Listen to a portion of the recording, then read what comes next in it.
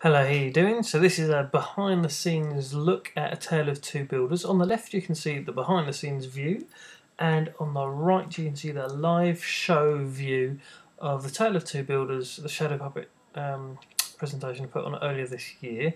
So you can see in the live show, this is how we actually got the screen onto the stage in front of all the people, because we needed the stage to be clear before and after we went on. So we'd actually carried the screen on as part of the presentation and carried it off afterwards as well.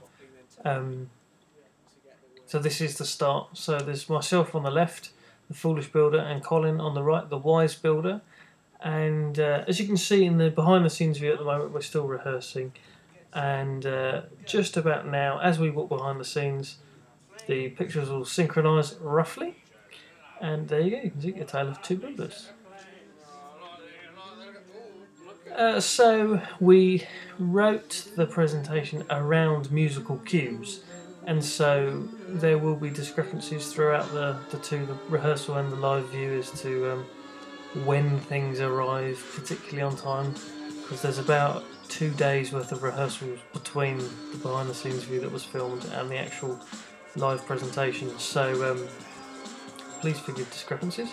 As you can see, Colin starts building here in the live show. On the right hand screen you'll notice that little there's dirt going up in the air. What we did was we had an assistant throw packing peanuts or little polystyrene packing foams up into the air to make it look like Colin was shifting some serious ground.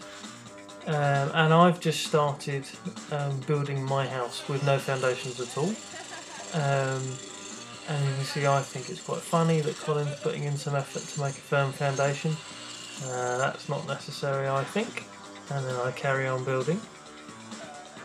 So the houses that we're making were prefab, and they're designed obviously to be seen as a shadow. So in and of themselves they're not particularly beautiful in the flesh, but when you see them as a shadow they look quite nice.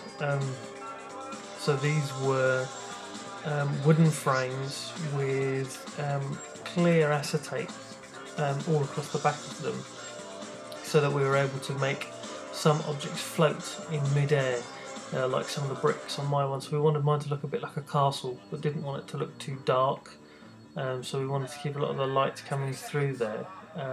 So we kept it open by using the acetate, and then there's lighting gels. So they're not quite quality street wrappers, they're actually lighting gels, giving a little bit of spot colour here, there and everywhere about on the show. And we didn't use a lot of colour because we wanted to keep it fairly plain. But that's our house is just about built, and you'll see one of our main tools here is actually our light source was an overhead projector. And Sally is running the overhead projector at the back, and she is now controlling the flood and the clouds, the lightning that you see overhead. Yeah, so that's where we got our light from, but that's also what enabled us to do like a big wash across the whole stage without needing to get an absolutely enormous piece of gel out. We just yeah, did it via the overhead projector.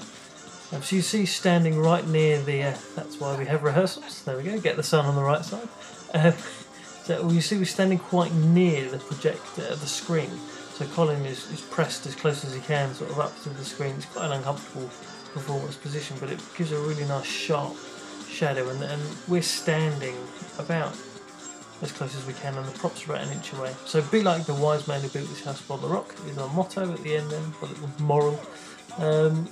Yeah, and I hope you've enjoyed having this little behind the scenes view of A Tale of Two Builders.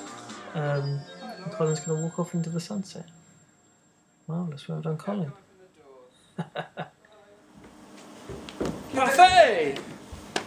Yeah, that works really well. Much better.